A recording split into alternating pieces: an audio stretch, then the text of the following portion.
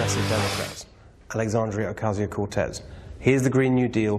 Here's a guarantee of a job. I don't think most Americans in their heart want to be given something. People want to work for what they get. So I think this idea of a guaranteed minimum is not something most people want. They want the ability to be able to secure a job. They want the ability to live in a country where there's the potential for upward mobility. That, of course, Ivanka Trump criticizing Alexandria Ocasio-Cortez's Green New Deal platform in an interview with Fox News' Steve Hilden. And now the freshman congresswoman is firing back. She's tweeted out, as a person who actually worked for tips and hourly wages in my life, instead of having to learn about it secondhand, I can tell you that most people want to be paid enough to live. A living wage isn't a gift, it's a right. Workers are often paid far less than the value they create. So, gang, who's right here? Well, she also followed that up by saying, imagine attacking a jobs guarantee by saying that people prefer to earn money, question mark, question mark, question mark. Why shouldn't people want to earn their money? Isn't that how money should be made? I mean, should you be paying for other people's mortgages? You should be paying for their minimum wage and basically earning to pay them out for nothing. I mean, to me, that sounds ludicrous. Yeah, and the whole thing about a guaranteed minimum income, Finland tried an experiment with it, did not work out very well. Others have tried it, has not worked out very well. The reason's very basic. In order to get something, you have to produce something. And these minimum wages sound very nice, but the free market works. In my area of New Jersey, a local retailer can't get workers under $11 an hour during the week, $13 on a weekend, almost double what it was a few years ago. So the markets will raise the wages if you allow prosperity. Unfortunately, that Congresswoman's policies would tank the economy rather than boost it. You know, and I'm being nice.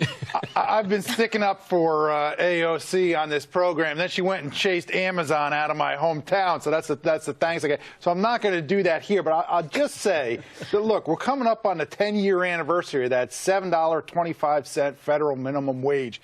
And I get it.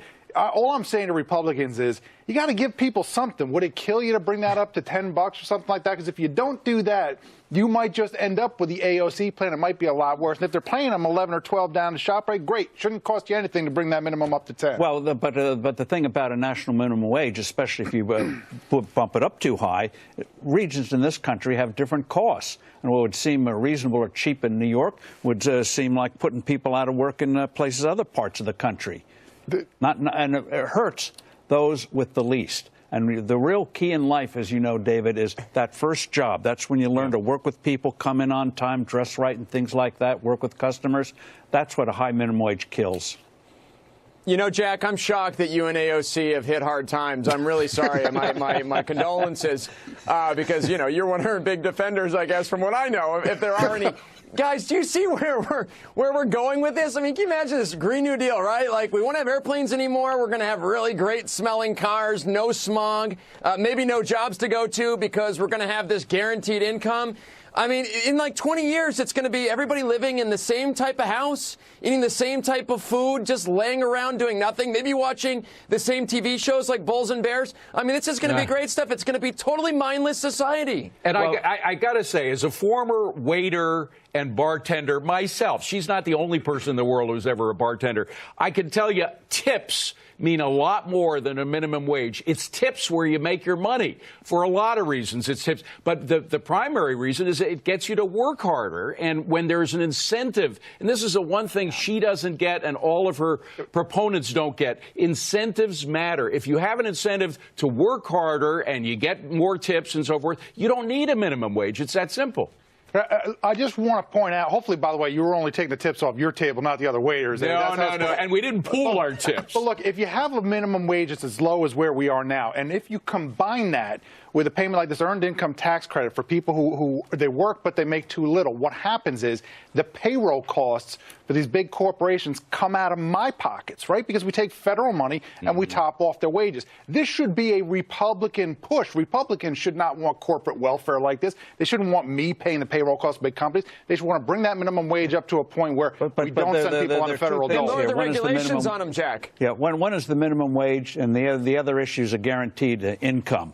And the guaranteed income assumes, this gets to what you see in high technology, the feeling most of us are going to be put out of work. There's not going to be enough for us to do. Robots are going to take over everything. Therefore, we need an income because we're going to be on the couch all day. And she talks Bad about stuff, a false living. stuff. She talks about a living wage. What is a living is wage? a living And wage? what if a company can't afford what she considers to be a living wage? They're either going to have to fire the worker, or, God forbid, maybe there'll be subsidies for Well, these. yeah, the businesses. Green New Deal.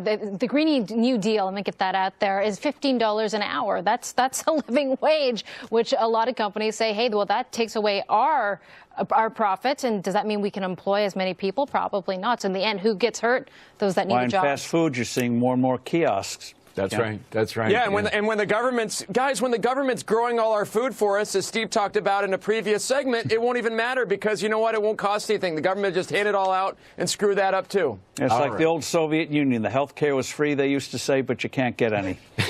Or it could be like California, and that is our next segment. California is feeling more and more people leaving the high-tax state, and they're moving to one Las Vegas suburb in particular. The city is booming. We're going to speak to the mayor coming next.